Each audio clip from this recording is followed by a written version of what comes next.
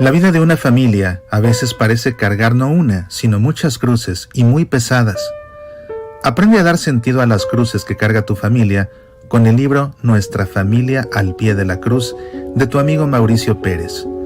Nuestra familia al pie de la cruz es ideal para el tiempo de Cuaresma y Semana Santa y siempre que sientas que la cruz pesa demasiado. Nuestra familia al pie de la cruz. Disponible en Amazon en edición impresa y digital para Kindle. Medita, aprende, apasionate por nuestra fe. Nuestra vida de fe, cuando se toma en serio, es un constante conocer a Jesús. Te invito a leer esta Cuaresma mi libro Sucedió en Jerusalén. En sus páginas nos prepararemos para la Semana Santa, penetrando diferentes episodios de la pasión y muerte de Jesús para contemplar de cerca lo que ahí sucede. Estaremos atentos a las palabras de Jesús y pondremos atención a las sensaciones y sentimientos de nuestro Redentor durante su pasión, muerte y resurrección. Así, llegaremos a conocerlo en persona. Sucedió en Jerusalén. Pide tu copia impresa en Amazon, descargue el ebook en Kindle o léelo gratis con tu suscripción a Kindle Unlimited. Puedes pedirlo también desde el sitio semillasparalavida.org/Sucedió en Jerusalén. Medita, aprende, apasionate por nuestra fe. Muy buenas noches, te saluda tu amigo Mauricio Pérez. Me da mucho gusto que me acompañes una vez más en este espacio con Jesús en el desierto, en el que entramos semana a semana para hacer un ejercicio cuaresmal de espiritualidad litúrgica. Con Jesús en el desierto nos permite adentrarnos en este midbar, como decían los hebreos, como se dice en hebreo al desierto, que no solamente representa esta palabra el lugar geográfico que es el desierto, con su sequedad, con su aridez, con su vacío, sino que también la palabra midbar en hebreo significa el lugar donde habla Dios. Y es así pues que este desierto cuaresmal nos prepara para celebrar la Pascua y también nos prepara para renovar nuestras promesas bautismales a través de pasar 40 días con sus noches, como hizo Jesús en el desierto, escuchando la palabra de Dios, palabra que resuena sobre todo con mucha fuerza en la liturgia de la palabra, en la participación de la Santa Misa. En esta sesión de Con Jesús en el desierto, vamos a reflexionar sobre la espiritualidad del domingo de Letare. Vamos, como siempre, a hacer un ejercicio de reflexión y de oración, apoyándonos no tanto en las lecturas de la misa de hoy, sino más bien en sus textos eucológicos, es decir, en sus oraciones, en sus antífonas, en su prefacio. Y va a resultar un ejercicio muy enriquecedor desde un punto de vista espiritual, pero también va a resultar un ejercicio muy formativo en cuestión litúrgica que nos va a ayudar a comprender y a apreciar más las oraciones de la Santa Misa, a ser conscientes de su valor, para así, cada vez que participemos de la misa, hagamos de esas oraciones nuestras, porque eso tienen realmente la razón de ser. Vamos a iniciar esta sesión con una oración, como acostumbramos, y es domingo de alegría, domingo de Letare. De modo que vamos a hacer una oración tomada del oficio de lectura de este domingo, que va precisamente con ese espíritu alegre. En el nombre del Padre, y del Hijo, y del Espíritu Santo. Amén. Delante de tus ojos ya no enrojecemos a causa del antiguo pecado de tu pueblo. Arrancarás de cuajo el corazón soberbio y harás un pueblo humilde de corazón sincero. En medio de los pueblos nos guardas como un resto, para cantar tus obras y adelantar tu reino. Seremos raza nueva para los cielos nuevos, sacerdotal estirpe según tu primogénito. Caerán los opresores y exultarán los siervos. Los hijos del oprobio serán tus herederos. Señalarás entonces el día del regreso para los que comían su pan en el destierro. Exulten mis entrañas, alégrese mi pueblo, porque el Señor que es justo revoca sus decretos. La salvación se anuncia donde acechó el infierno, porque el Señor habita en medio de su pueblo. Amén. En el nombre del Padre, y del Hijo, y del Espíritu Santo. Amén. Pues bien, que estamos listos ya para iniciar estos ejercicios. Son ejercicios, esto no es un programa en YouTube, ni siquiera pretende ser un programa formativo, no. Es un ejercicio cuaresmal, es un ejercicio espiritual. Entonces, la disposición tuya para poder seguir este ejercicio es tal, como si estuvieras en una capilla haciendo un ejercicio cuaresmal. Esto no es para verse en la cama o para verse mientras se lavan los trastes de la cena. No, deja todo lo que tengas que hacer y dedícale este tiempo a nuestro Señor. Recuerda que en el tiempo de Cuaresma tenemos que intensificar nuestra oración, junto con la práctica del ayuno, junto con la práctica de la limosna. Intensificar nuestra oración es una de las 3 obligaciones que tenemos en Cuaresma, y justamente con Jesús en el desierto tiene la intención de ayudarte a acrecentar tu momento de oración. Por eso es que este ejercicio debes tomarlo como tal y no como un programa que se escucha ya en el trasfondo. No, es realmente un ejercicio, y bueno, te animo pues a que lo vivas con esa disposición de corazón, porque eso es lo que le dará fruto finalmente. Es importante entender antes que otra cosa el tema litúrgico de este domingo de Letare. Domingo de Letare, así comienza la antífona de entrada. Ya verás, y ahí veremos entonces el porqué de Letare. Espera un momento. Pero es un domingo de alegría. Y bien, que para poder hacer el ejercicio vamos a ir proyectándolos aquí.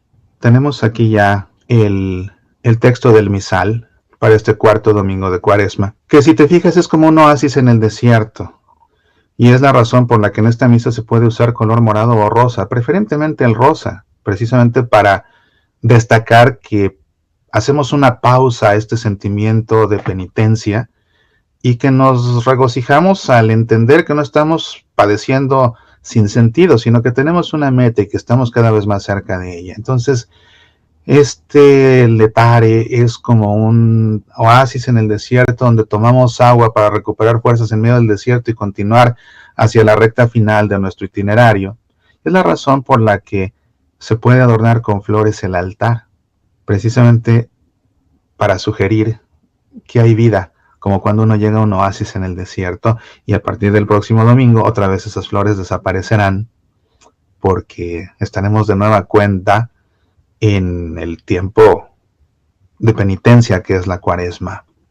La antífona de entrada, que como he dicho en otras ocasiones, se dice si no hay un canto de entrada, pero que como siempre te recomiendo, aunque haya un canto de entrada, tú ve a misa siempre con tu misal, cómprate un misal y no vayas a misa sin él. Y si no, toma el subsidio que te dan ahí, esa hojita se llama realmente subsidio, tómalo y siempre ve con detenimiento la antífona de entrada. Aunque no se diga porque hay canto de entrada, tú siempre vela. Igual que todos estos textos que vamos a estudiar esta noche. Porque eso te va ayudando a entender todo lo que se está celebrando en esta misa. Así pues, la antífona de entrada dice: Alégrate, Jerusalén, y que se reúnan cuantos te aman. Compartan su alegría los que estaban tristes, vengan a saciarse con su felicidad. Vaya que es bonito este texto por múltiples razones. De aquí surge justamente el nombre de Letare, porque en latín esta antífona dice Letare Jerusalem. Entonces ese Letare es justamente esto, el alégrate. Letare es el verbo que viene del sustantivo letizia, que significa alegría. Entonces, alégrate, Jerusalén, y que se reúnan cuantos te aman. Así arranca esta misa, con esta antífona, que nos está hablando de la congregación del pueblo de Dios, ahí en la misa, justamente, en asamblea nos estamos reuniendo. ¿Y por qué nos reunimos? ¿O quiénes nos estamos reuniendo? Los que aman a Dios. Alégrate, Jerusalén, y que se reúnan cuantos te aman. Pero nos vamos a reunir con ese gozo, o nos reunimos este día, mejor dicho, ya este ejercicio es a posteriori. Nos hemos reunido con gozo. ¿A qué nos hemos reunido? A lo que dice esta antífona. A compartir nuestra alegría a los que estábamos tristes. ¿Por qué estábamos tristes? Porque el tiempo de Cuaresma es un tiempo de penitencia. ¿Por qué? ¿Por qué es un tiempo para el sufrimiento? No, porque es un tiempo para la conversión. Y la conversión exige de nosotros ser conscientes de nuestros pecados.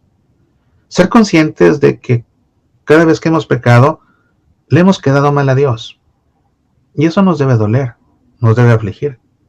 Ser conscientes de que cada vez que hemos pecado, nos hemos quedado mal a nosotros mismos. No nos gusta ser así. Y eso nos debe doler. Cuando reconocemos que hemos pecado, debemos ser conscientes de que con nuestros pecados hemos hecho daño, hemos lastimado, hemos ofendido, hemos herido a otras personas, las más de las veces las que más tenemos a la mano, las más de las veces los de nuestra propia familia, es contra los que más solemos pecar. Y eso, reconocerlo, nos debe doler. Entonces, si nos debe doler quedarle mal a Dios, quedarnos mal a nosotros mismos y quedarle mal a los que más queremos lastimándolos, eso nos tiene que provocar tristeza. Es por lo que el tiempo de Cuaresma es un tiempo de tristeza, porque es un tiempo de confrontarnos con esa realidad que no nos gusta de nosotros.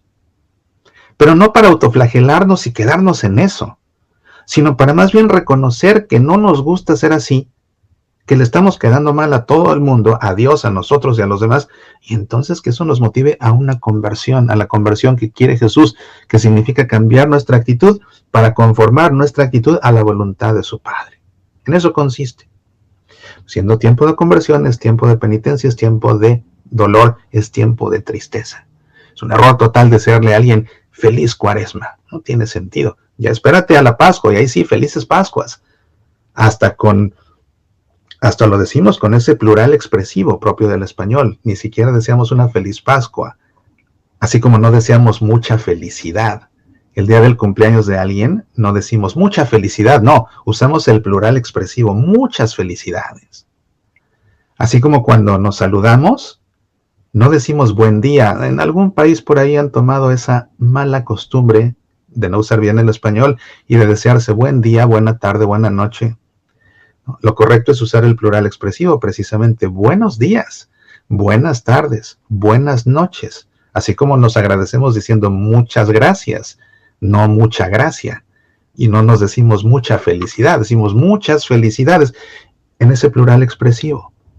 Entonces, de esta forma, es que desearnos en Pascua felicidad implica desearnos las manos llenas, y por eso ahí desearemos felices Pascuas. Pero el tiempo de Cuaresma es un absurdo, y muchos cometen ese error de desear una feliz Cuaresma. No, porque es un tiempo de tristeza. Pero el domingo de Letare, ese día sí se vale desear feliz domingo de Letare. Ahora sí, porque es el domingo de la alegría. Ahora sí. Entonces, por eso, dice aquí la antífona, que cuantos te aman compartan su alegría los que estaban tristes. Sí, hemos estado tristes porque hemos estado pasando por este tiempo de penitencia, de arrepentimiento, de conversión.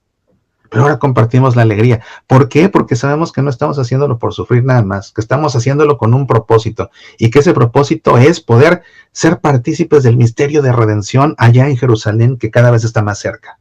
Y ve qué bonita exhortación al final. Vengan a saciarse con su felicidad. A saciarse con su felicidad.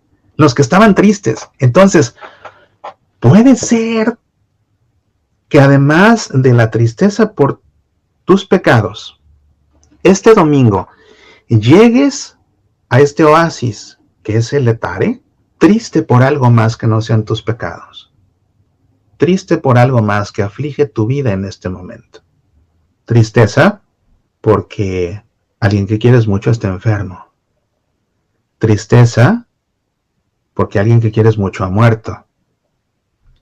Tristeza porque alguien que quieres mucho está en serios aprietos. Tristeza porque has tenido recientemente una pérdida importante de algo muy valioso, tal vez el trabajo.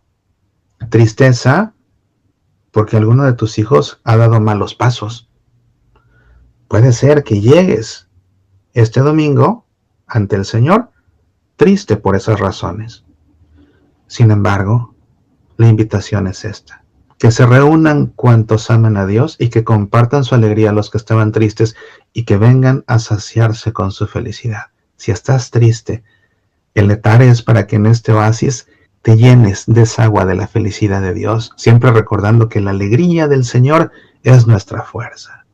Incluso qué bonita la fórmula de despedida para esta misa. Alguien que sabe de liturgia emplearía esa, en lugar de decir vayan en paz, la misa ha terminado. En Domingo de Letare, la más adecuada de todas es la alegría del Señor es nuestra fuerza, vayan en paz, precisamente. Eso será el final de la misa. Pero ese es el tono, hoy es un tono de alegría. Aunque estemos tristes, hoy es el domingo de la alegría. Y si estás triste, ven a saciarte de la felicidad de Dios. Después de la antífona de entrada, inicia la misa con el acto penitencial. No se dice gloria porque estamos en Cuaresma, aunque sea Domingo de Letare, no se dice gloria. El único domingo de Cuaresma que se dice gloria es el sexto domingo de Cuaresma, que es Domingo de Ramos en la Pasión, pero porque ese, siendo Domingo de Cuaresma, es a la vez solemnidad. Entonces ahí sí se dice gloria, pero en este no. Inmediatamente después del acto penitencial llegamos a la oración colecta, que repito, y si has seguido estos ejercicios, quizás te suene repetitiva mi explicación, pero la repito por dos razones. Una, porque hay amigos que se van sumando en el camino, que se nos van uniendo, que iban por allá en su caravana en el desierto y se encuentran la nuestra y se integran a nuestra caravana. Entonces, para los que apenas se integraron a nuestra caravana en el desierto este día, tengo que repetir la explicación. Pero también la repito porque a veces a fuerza de repetición y solo a fuerza de repetición hay quien solo así le entran las cosas. Entonces, nuevamente, la oración colecta es el momento de la misa en el que le pedimos a Dios por todo lo que necesitamos. Ese es el momento. Ese es el momento. No es tanto el momento de la oración de los fieles, cuando al final dicen, y cada quien pida por lo que tiene en su corazón. Te lo pedimos, Señor. Este es realmente el momento propicio para hacer las peticiones personales a Dios, en secreto, no en voz alta. Cuando el sacerdote dice oremos, es cuando el monaguillo le coloca el misal abierto enfrente al sacerdote. Y el sacerdote dice, oremos, y junta las manos. Junta las manos en gesto de que está recolectando las oraciones de todos. Por eso se llama oración colecta. Entonces, una vez que ha recolectado las oraciones de todos, por eso dice, oremos, y se queda en silencio. ¿Para qué se quede en silencio? Para que en ese momento cada quien le pida a Dios por lo que necesita en ese día. Y después, él sintetiza todas las súplicas de todos los fieles presentes en la asamblea, rezando, no leyendo, rezando la oración colecta que aparece en el misal. Esta oración colecta de este Domingo de Letare es interesante. Vamos a verla. Señor Dios, que por tu palabra realizas admirablemente la reconciliación del género humano, concede al pueblo cristiano prepararse con generosa entrega y fe viva a celebrar las próximas fiestas de la Pascua. Por nuestro Señor Jesucristo, tu Hijo, que siendo Dios, vive y reina contigo en unidad del Espíritu Santo por los siglos de los siglos. Amén. Siempre te cuento de dónde proviene la oración colecta de cada uno de estos domingos. Y esto es muy interesante porque esta se compuso para el nuevo misal después de la reforma litúrgica del Concilio Vaticano II. Y es una combinación de dos textos. Por un lado, está tomada de un sacramentario que se conoce como Gelasianum Vetus. La vez pasada, la oración colecta estaba tomada del sacramentario gelasiano. Y te decía yo que el sacramentario gelasiano data del siglo VIII, y del siglo VIII se recogió esa oración colecta y se agregó a este nuevo misal después de la reforma litúrgica. Ahora, esta otra parte está tomada del Gelasianum Vetus, que es anterior al sacramentario gelasiano. Incluso el Gelasianum Vetus se dice que era el texto litúrgico oficial, era el misal oficial que se empleaba en la iglesia en el siglo VII. Pero otra parte de esta oración colecta está tomada todavía de un texto más antiguo, de una homilía de Cuaresma que predicó el Papa León Magno. Él murió en el año 461 Entonces esta homilía la pronunció antes de morir, por supuesto, no inmediatamente antes de morir, pero vamos, si él murió en el año 461, fue en algún momento en el siglo V, pronunció una homilía de la cual se extrajeron palabras para combinarlas con esa otra oración tomada del Gelasianum Vetus del siglo VII, y con ello aparecer aquí en nuestro misal que empleamos actualmente. ¿Por qué destaco esto? No solamente por el dato cultural, que siempre es importante, sino porque es muy importante que veamos los orígenes de nuestra liturgia y que valoremos la realidad de que por siglos la Iglesia ha rezado lo mismo. Yo te he hablado recurrentemente de un principio que se llama lex orandi, lex credendi. La norma de la oración es la norma de la fe. Dicho de otra forma, lo que la Iglesia reza es lo que la Iglesia cree. Y por eso es que los textos eucológicos, que son oraciones, que en conjunto conforman la oración por excelencia de la Iglesia, que es la Santa Misa, como puedes ver, no solamente son oraciones, sino que de esas oraciones aprendemos y comprendemos nuestra fe. Estos textos eucológicos, lo que la Iglesia ahora es una escuela de fe. Es una escuela de fe. Entonces, es parte de su gran importancia. Y cuando nos damos cuenta de que los textos eucológicos existen desde muy antiguo, nos damos cuenta de que la fe de la Iglesia permanece viva y consistente con el paso de los tiempos. Y ahora estamos repitiendo palabras que pronunció en una homilía San León Magno en el año 450 y tantos. Y las seguimos repitiendo. Esto habla de la tradición litúrgica que tenemos, tan arraigada. Es por lo que es un error cuando alguien a la misa del rito preconciliar, del rito extraordinario, cuando a esa misa, que mal le dicen misa en latín unos, porque la misa se puede celebrar en latín, hay misas que de hecho se celebran en latín, hay misas que expresamente el Papa tiene que celebrar en latín, y cualquiera puede celebrar la misa del domingo, la misa del día en latín, no tiene que ser en español a fuerzas, puede celebrarla en latín, sigue siendo el latín la lengua oficial de la Iglesia Católica.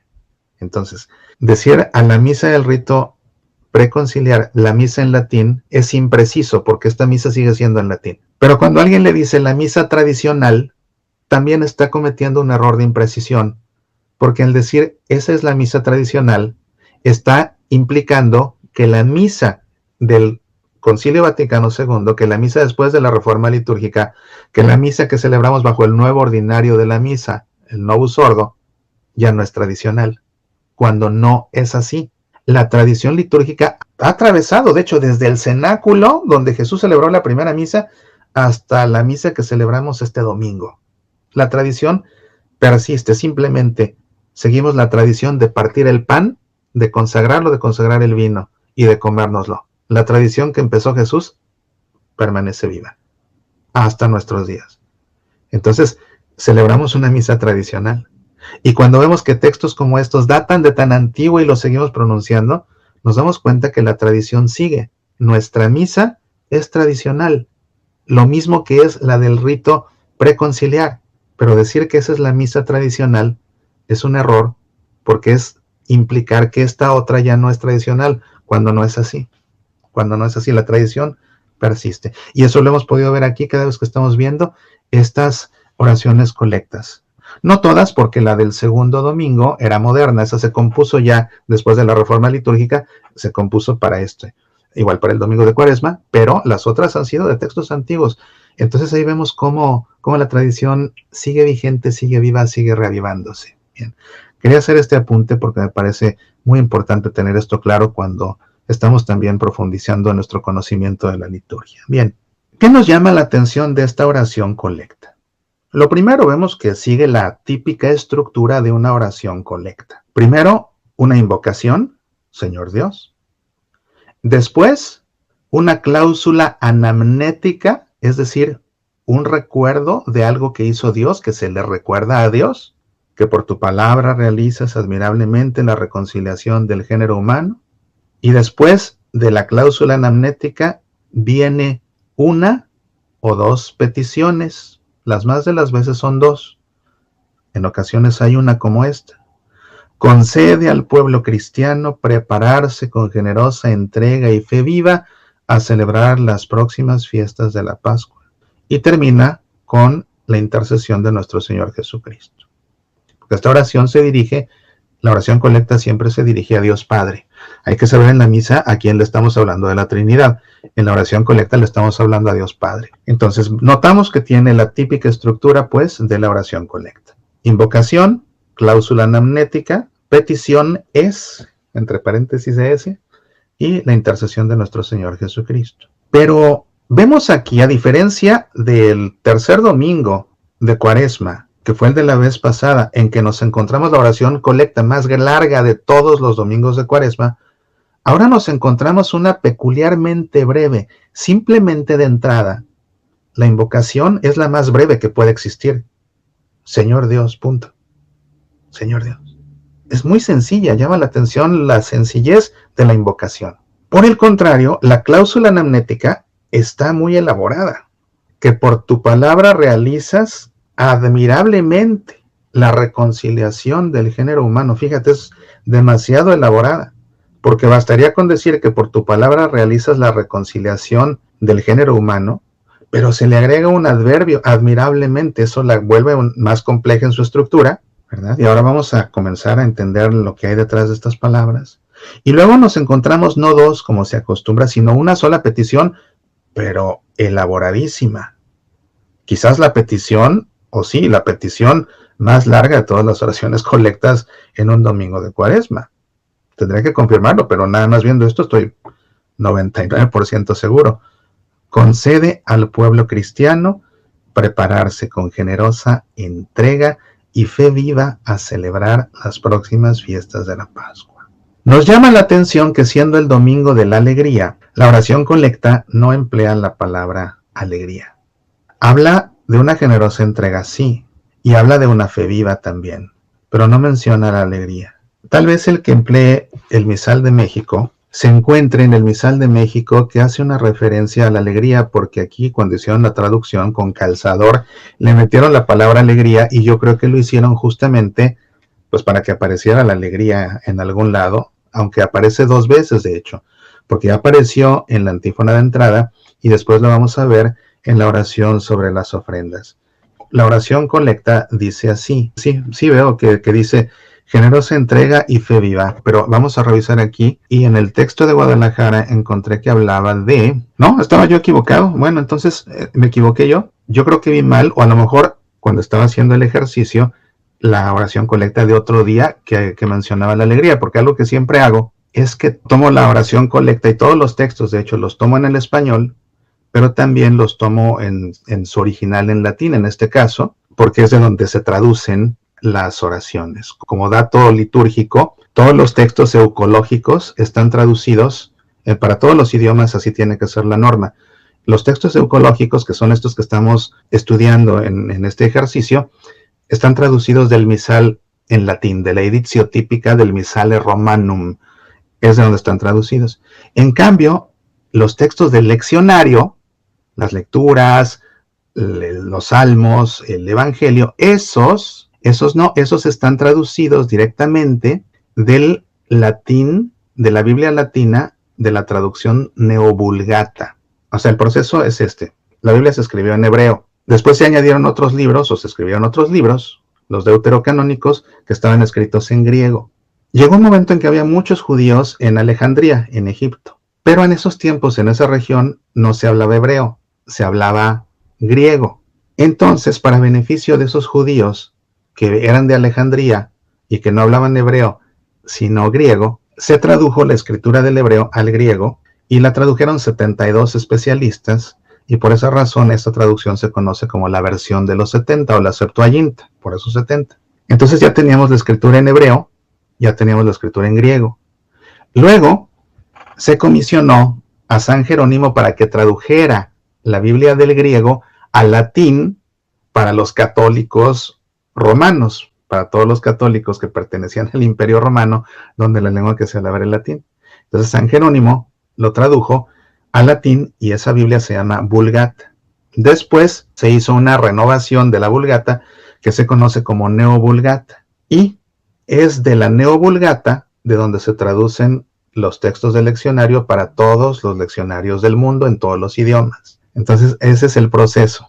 Y por eso es que para poder estudiar a fondo los textos eucológicos conviene remitirnos a los originales en latín, y a veces encontramos sutilezas, ¿no? Entonces, yo estoy seguro, pero evidentemente me equivoqué, yo creo que si estaba revisando la oración colecta de otro domingo, porque lo que me había llamado la atención era que en latín habla de una alacrifide, y alacri no significa alegre, y dije, pues, ¿por qué lo tradujeron alacri como alegre? Ah, aquí ya encontré el texto, sí, pero no sé exactamente de dónde es, no sé si sea el de Perú, pero aquí dice, oh Dios, que por tu verbo realizas de modo admirable la reconciliación del género humano, haz que el pueblo cristiano se apresure con fe gozosa y entrega diligente a celebrar las próximas fiestas cuaresmales. Y aquí está, que se apresure con fe gozosa.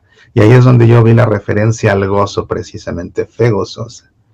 Entonces no me había equivocado, me equivoqué de fuente, pero sí vi el texto. Pero en realidad el misal habla de una alacrifide, que lo que significa la alacrifide es justamente una fe animosa, una fe animada, una fe viva, vívida, como está aquí en el misal de México, ¿verdad? Entonces, aquí está que el misal de México, de hecho, se emplea en varios países de América Latina, incluyendo en Estados Unidos. En Estados Unidos, cuando se celebra en español, se emplea el misal mexicano. Entonces, aquí está, una fe viva. Ahora, vamos a comprender este texto. Primero, la invocación, como te decía, es sencillísima, pero luego la cláusula anamnética, lo que se le recuerda a Dios, es muy elaborado. Y aquí lo que él hace particularmente elaborada es el adverbio, admirablemente, que por tu palabra realizas admirablemente la reconciliación del género humano. Estamos aquí pensando ya en el Dios Redentor, que por amor es capaz de reconciliar al género humano extraviado, que ha ofendido a Dios, que lo ha desobedecido, que ha pecado, y que al pecar ha pecado contra él mismo, contra el género humano también, no solo contra Dios. Y a pesar de todo, y a pesar de nosotros, Dios, que es amor, realiza nuestra reconciliación con Él y con nosotros. Y eso nos llena de admiración justamente. ¿Y dónde realiza esta reconciliación del género humano con Dios? Cuando su Hijo muere en la cruz. ¿Cuándo? En la Pascua. Y en este itinerario que caminamos hacia Jerusalén para ser testigos de los misterios de la Pascua, vamos a ser testigos de la reconciliación del género humano con Dios. Y sabiendo que no nos lo merecemos, eso nos llena de admiración. Y es entonces de donde viene, de forma implícita, aunque no explícita, el gozo del letare también. Porque lógicamente, al saber que no nos lo merecemos y saber que Dios nos va a reconciliar con Él, eso nos llena de admiración, de estupor, hablábamos la vez pasada. Y ese estupor, esa admiración, por fuerza nos llena de alegría en este domingo. Concede al pueblo cristiano prepararse con generosa entrega y fe viva. Generosa entrega y fe viva. Para celebrar justamente las próximas fiestas de la Pascua. Y aquí habla de las fiestas de la Pascua. No es solamente el triduo pascual, es el triduo pascual y después todo el tiempo pascual, con todo lo que implica la octava de Pascua, el domingo de la Divina Misericordia, la ascensión del Señor, Pentecostés, con lo que terminará. Todos esos días son las fiestas de Pascua. Todo eso. Concédenos que nos preparemos con generosa entrega y con fe viva para poder participar de todo esto. Y así nuevamente estas oraciones nos sirven como brújula para no perder el camino en este desierto cuaresmal. Hacia allá vamos, ese es el objetivo, donde parte de prepararnos y parte de participar y de celebrar estas fiestas de Pascua es renovar nuestras promesas bautismales. Eso no lo debemos olvidar. Después viene toda la liturgia de la palabra. Ya en la liturgia de la Eucaristía de la misa, lo que nos encontramos aquí es la oración sobre las ofrendas. Las ofrendas, importantísimo tenerlo siempre presente. Las ofrendas, ese pan y ese vino que presentamos, son un símbolo de nuestra vida. Nuestra vida, representada por ese pan y ese vino, se le ofrecen a Dios. Jesús va a tomar nuestra ofrenda, que es nuestra vida representada en ese pan y ese vino. Jesús la va a tomar. Dios nuestro Padre va a enviar al Espíritu Santo para que ese pan y ese vino que representan nuestra vida que le ofrecimos a Dios en sacrificio, se conviertan en el cuerpo y en la sangre del Hijo de Dios, de Cristo, para que habiendo convertidose en el cuerpo y la sangre de Cristo, Cristo se ofrezca en sacrificio en una cruz, representándonos a nuestro nombre, para el perdón de nuestros pecados. Y como Cristo es el sumo sacerdote, al él ofrecerse, pero al ofrecerse habiéndose transformado el símbolo de nuestra vida en su cuerpo y en su pan, esa ofrenda, siendo el sumo sacerdote, es una ofrenda perfecta. Perfección que nosotros no alcanzaríamos a lograr. Pero él sí, con el auxilio de Dios, que envía al Espíritu Santo para hacer esa transformación y que Cristo sumo sacerdote se ofrezca en una cruz por nosotros. Esto es algo de lo más importante que se tiene que entender en la misa. Que en el momento del ofertorio le estamos ofreciendo a Dios nuestra vida en sacrificio. Es lamentablemente el momento del ofertorio, por falta de formación litúrgica de los fieles. El momento del ofertorio es un momento de distracción total. Es el momento en que se hace la colecta. Entonces es el momento en que la gente está ocupada metiendo la mano al bolsillo, abriendo el bolso, viendo cuánto dinero trae, haciendo cuentas, viendo que ya viene, viendo que ya se le pasó el de la canastilla. Y claro, tenemos que hacer esa ofrenda, por supuesto. Con esa ofrenda que estamos dando, también estamos haciendo el gesto de ofrecer.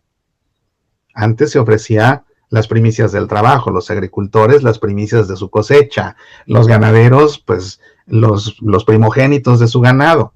Nosotros que no somos agricultores ni ganaderos, los que vivimos en la ciudad, el fruto de nuestro trabajo es dinero. Entonces por eso damos dinero no solo para ayudar, o bueno, sí, para ayudar las necesidades de la iglesia, pero también como acto sacramental, como gesto sacramental de ofrecer el fruto de nuestro trabajo. Y ofrecemos pues nuestra vida, representada en ese pan y ese vino. En realidad, en el momento del ofertorio tenemos que ser conscientes de lo que está sucediendo.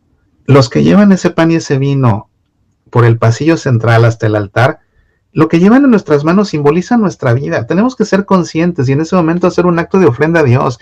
Y en ese momento de forma consciente decir, Dios mío, en ese pan y ese vino que te van a entregar, te estoy ofreciendo lo que me ha pasado esta semana, lo bueno y lo malo.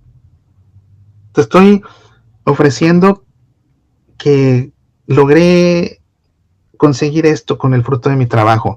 Te estoy ofreciendo que me fue bien en el trabajo. Te estoy ofreciendo que me fue bien en la escuela.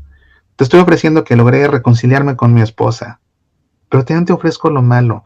Te ofrezco que estoy muy triste porque me despidieron, porque me quedé sin trabajo y tengo miedo. Te ofrezco mi miedo en sacrificio. Te ofrezco mi dolor porque mi papá está muy grave en el hospital. Este dolor mío y este miedo que tengo, te los ofrezco en sacrificio. Van en ese pan y en ese vino. Eso es lo que tengo yo que hacer en el momento del ofertorio. No tanto estar buscando el cambio y viendo al de la canastilla y cazándolo y distraído. Y allá mientras ya le dieron los dones al sacerdote y el sacerdote está preparándolos y nadie se entera de lo que está pasando. No, es un momento central existencial en mi vida. Bueno, pues justamente cuando el sacerdote está preparando estos dones, es esta oración sobre las ofrendas. Te presentamos, Señor, llenos de alegría, estas ofrendas para el sacrificio. Y pedimos tu ayuda para celebrarlo con fe sincera y ofrecerlo dignamente por la salvación del mundo, por Jesucristo nuestro Señor. Y aquí está la referencia al domingo de Lepare. Te presentamos, Señor, llenos de alegría. Hoy que es domingo de Lepare, nuestra actitud, nuestro tono es de alegría. Hoy es la alegría y lleno de alegría te presento mi vida en sacrificio. Sí, lleno de alegría te presento mi vida en sacrificio. Y te pedimos tu ayuda para celebrarlo con fe sincera. Ayúdame, Señor, ilumíname, para que la celebración de este sacrificio eucarístico lo celebre yo con fe, con convicción de que Cristo se está ofreciendo por mí, con convicción de que Cristo está verdaderamente presente en ese pan y en ese vino consagrados, con convicción de que me lo voy a comer y va a entrar en mí, con convicción de que vamos a estar en comunión, con esa convicción, con una fe sincera. Es tan importante son las oraciones. Por eso es por lo que no debemos caer en el error de dejar que allá el sacerdote diga y nosotros ni en cuenta. Y al final ya nada más mecánicamente respondemos amén o lo que tengamos que responder, sin saber lo que el sacerdote... No, tenemos que estar metidos en esto, entendiéndolo. Otra vez, lleva tu misal, y ahí vas viendo las oraciones y todo, para que seas consciente de todo lo que está pasando y de todo lo que se está rezando. El sacerdote no está hablando ni leyendo, él está rezando. Pero todos estamos participando en la misa, tenemos que rezar junto con él. Después de esto, pues, lógicamente aquí parte de la liturgia de la Eucaristía, viene el prefacio a la plegaria eucarística. Pasamos a la antífona de la comunión. La antífona de la comunión está basada también en este texto. Acuérdate que le preguntan una y otra vez al ciego de nacimiento, ¿cómo fue que te curó? Pues me puso lodo sobre los ojos, entonces fui, me lavé, comencé a ver y creí en Dios. Esta es la antífona de la comunión. Cuando no hay un canto de comunión, se dice la antífona de la comunión. El Señor me puso lodo sobre los ojos, entonces fui, me lavé, comencé a ver y creí en Dios. Es un gesto muy bonito de Jesús, porque ese lodo que hizo, lo hizo escupiendo en la tierra con su saliva, en el polvo de la tierra, y con esa saliva y ese polvo hizo un barro. Pero esa saliva, ¿de dónde salió? Salió de la boca de Jesús. Entonces, esa saliva de Jesús es como la forma plástica del hálito que sale de la boca de Dios al crear al hombre. Porque cuando Dios creó al hombre, lo hizo del polvo del suelo y le insufló el aire, le sopló con su boca para que tuviera vida. Entonces, Jesús, al hacer este barro, está repitiendo el gesto creador de Dios, el divino alfarero. Y con ese barro le unge los ojos al ciego. Es como estarlo recreando a una vida nueva. Lo está ungiendo con ese barro y después lo manda a que se lave en la piscina de Siloé con el agua, y cuando él se lava ya puede ver. Entonces, este texto viene justamente de ahí. El Señor me puso lodo sobre los ojos, entonces fui y me lavé y comencé a ver y creí en Dios. Vale la pena hacer aquí una pausa para reflexionar un poquito acerca de la ceguera que se expresa en este relato del ciego de nacimiento. Encontramos varios tipos de cegueras en una perícopa que habla de ciegos y de luz, y que el que acaba por ver es el ciego, en tanto que los que ven se quedan cada vez más ciegos. Vemos por un lado que los que son testigos de la curación del ciego y saben que es ciego de nacimiento y que ahora ve, a pesar de ver el milagro, no creen lo que ven, no les parece justo, y entonces se lo llevan a los fariseos como para que ellos dictaminen si la curación es justa o no. Y ahí estamos viendo la ceguera del envidioso, que no le parece justo que Dios bendiga a otro, y lo ciega la envidia. ¿Cómo va a ser justo que Dios bendiga a los malos y no a los buenos? Este que es un pecador de nacimiento incluso y por eso está ciego, y Dios lo bendice, o Jesús lo bendice a él, o Dios lo bendice a través de Jesús. Si no reconocían que era el Mesías todavía, pues claramente veían que era un milagro, entonces venía de Dios. Y la envidia los ciega porque no les parece justo, y lo llevan con los fariseos. Los expertos de la ley, los expertos de la religión, los perfectos porque cumplen con todo, con todas las prescripciones, las cumplen al pie de la letra, por el afán de ser perfectos, no por el afán de amar a Dios ni por el afán de amar al prójimo, sino por el afán de ser perfectos. O sea, lo hacían realmente por arrogancia, pero sí se esmeraban en cumplir todo a rajatabla. Y, lógicamente, si cubres a rajatabla todas las prescripciones, tu conducta va a ser buena, que no generosa, pero sí buena. Ahora estos van a dictaminar y están viendo el milagro, y aunque están viendo el milagro con sus propios ojos, no lo pueden creer, no ven la realidad y se rehúsan. Y por eso una y otra vez le preguntan, pues, ¿cómo te curó? ¿Cómo te curó? ¿Cómo te curó? Como siguen sin creer a pesar de ver, llaman a sus padres. Y la reacción de los padres a mí me parece la reacción más triste de toda la perícopa, porque los papás del hombre ciego acaban por traicionar a su propio hijo. Cuando le preguntan los fariseos a los papás, ¿quién lo curó? ¿Es cierto que era ciego de nacimiento? Sí, sí es cierto. ¿Y quién lo curó? Ahí es donde ya no contestan. Dice el Evangelio que por miedo, porque ya habían amenazado con que el que reconociera a Jesús lo iban a expulsar de la sinagoga. Entonces, para que no los expulsen de la sinagoga, dicen, pregúntale a él, ya está grande, él ya puede contestar. Si era ciego, pero ¿quién lo curó? No nos preguntes a nosotros, para que no nos expulses de la sinagoga, que te diga él. Él ya puede.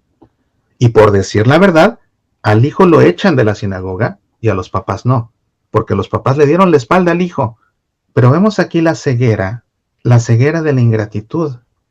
Porque qué padre de familia, qué madre de familia no le agradecería a Jesús con todo su corazón curar a un hijo, y más cuando ha sido ciego desde nacimiento. ¿No es para darle gracias a Jesús a manos llenas? ¿No es para decir, sí, lo curó Jesús, aunque me botes de donde me botes, estoy tan agradecido con él que no puedo negarlo? Y la ingratitud lo ciega y acaban traicionando, no solo no contestando para no agradecer a Jesús, sino que acaban traicionando a su hijo, dándole la espalda a su hijo, abandonándolo a su suerte, y acaba yéndole mal al hijo porque lo acaban botando de la sinagoga.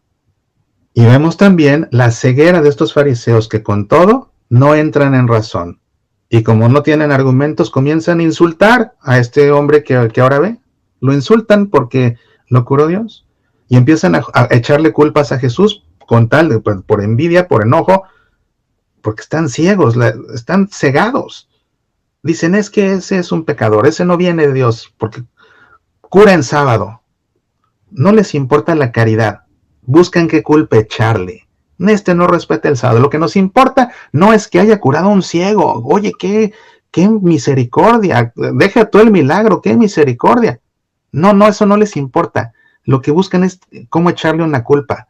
Este no cumple el sábado. ¿Y por qué no cumple el sábado? Porque manipuló el polvo del suelo. Esa fue la falta que le echaron.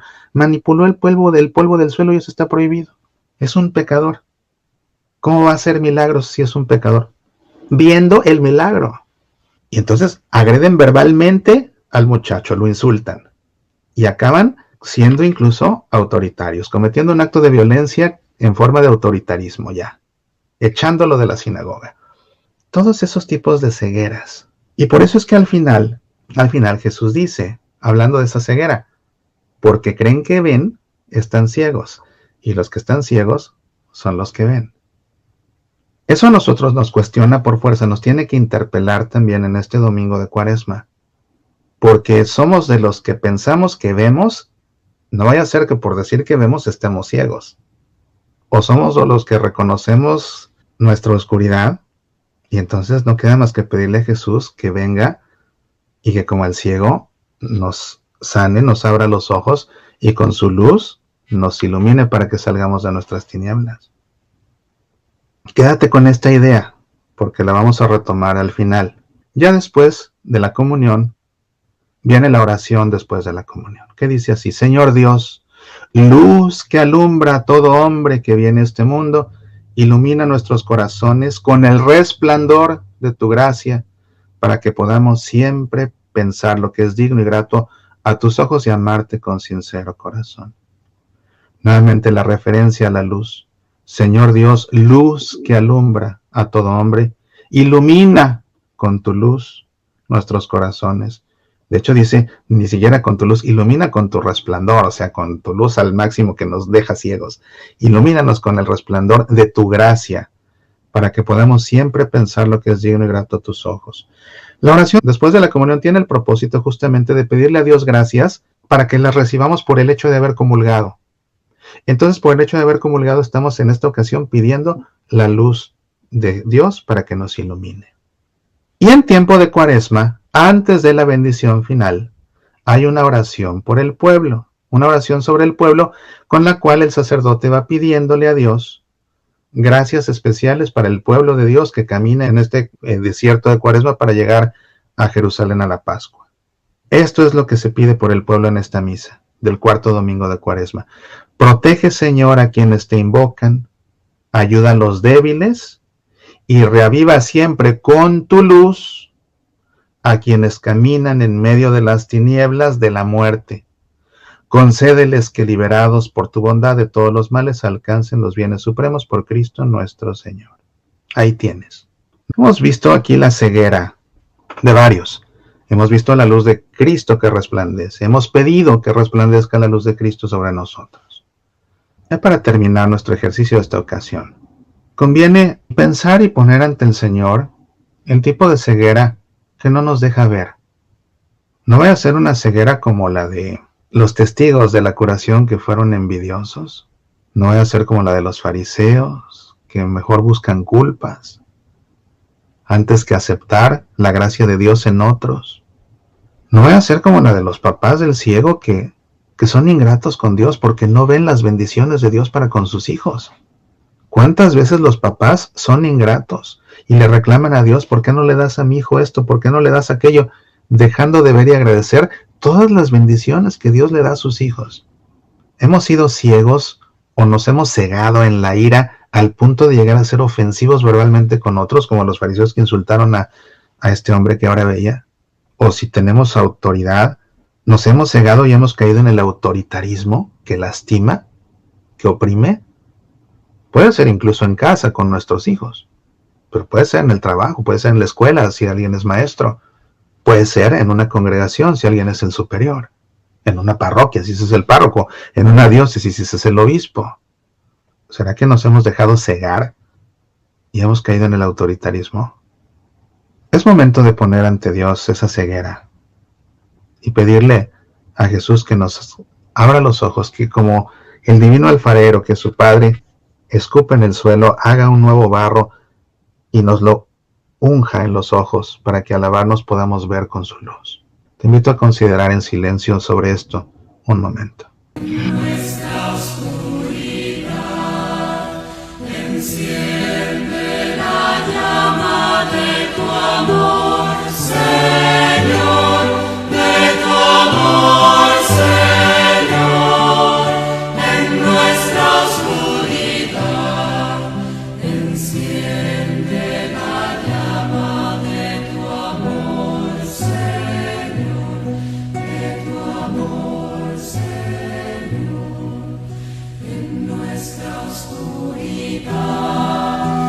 enciende la llama de tu amor, Señor, de tu amor, Señor, en nuestra oscuridad, enciende la llama de tu amor, Señor, de tu amor, Señor, en nuestra oscuridad, enciende la llama de tu amor, Señor, de tu amor, Señor. Es fuerte el amor como la muerte, es centella de fuego, llamarada divina.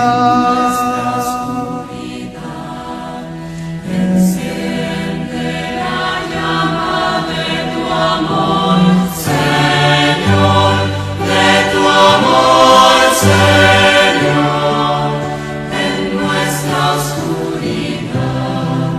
Enciende la llama de tu amor, Señor, de tu amor, Señor, en nuestra oscuridad.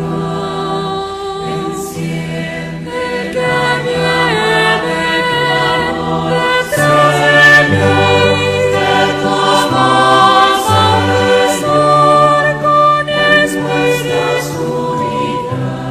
con espíritu santo, sí, fuego, amor, Señor.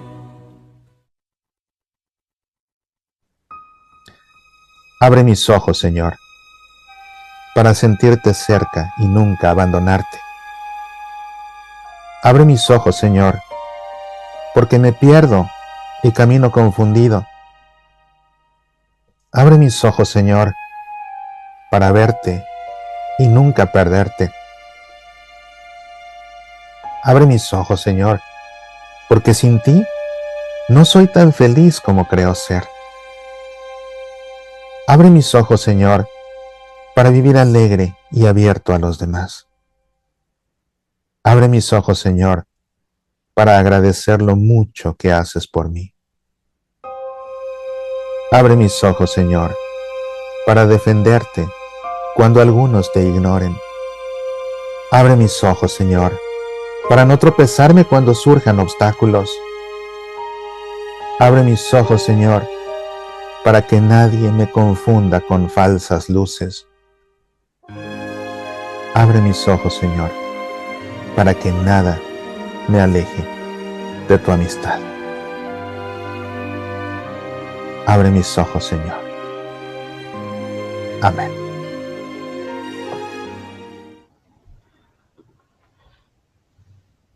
Esta oración aparece en mi manual de oración, Oraciones para una gotita de agua. Lo puedes conseguir en Amazon. Oraciones para una gotita de agua. Ojalá que el Señor nos conceda la luz que necesitamos para salir de nuestra ceguera. Y que así al caminar hasta Jerusalén podamos en verdad sentarnos a su mesa en el cenáculo, caer de rodillas ante su cruz y contemplar extasiados el momento de su resurrección con los ojos bien abiertos, bien abiertos. Pues ahora sí, con esto vamos a terminar nuestra sesión de esta noche y para ello vamos nuevamente a recurrir a la liturgia de las horas y vamos a terminar con la oración conclusiva de las segundas vísperas de este domingo. Oremos.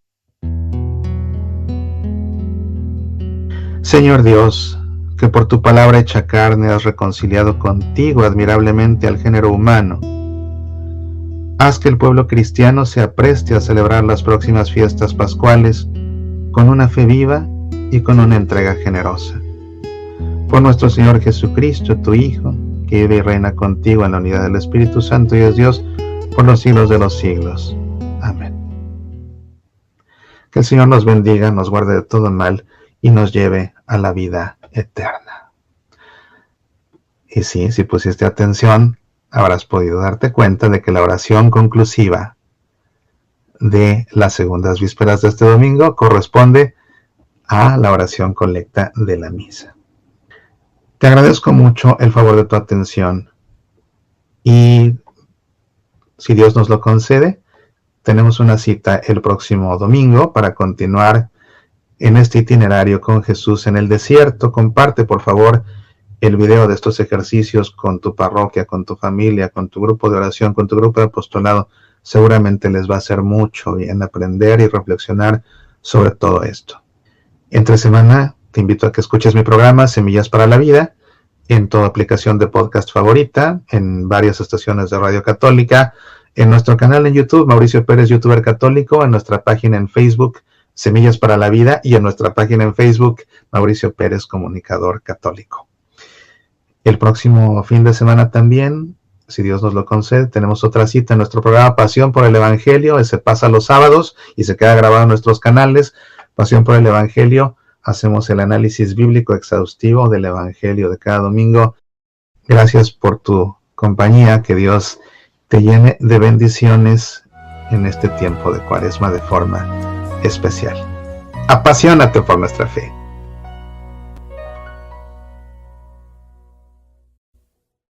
¿Qué vas a leer esta Cuaresma? Te invito a leer mis libros Sucedió en Jerusalén, Judas, traidor o instrumento de Dios, el manual de oración, Oraciones para una gotita de agua, Nuestra familia al pie de la cruz y Escucha, Jesús habla desde la cruz. Forma tu biblioteca y lee cada uno de estos libros. Pídelos impresos en Amazon.com, descárgalos en tu Kindle o léelos gratis con tu suscripción a Kindle Unlimited. Medita, aprende, apasionate por nuestra fe.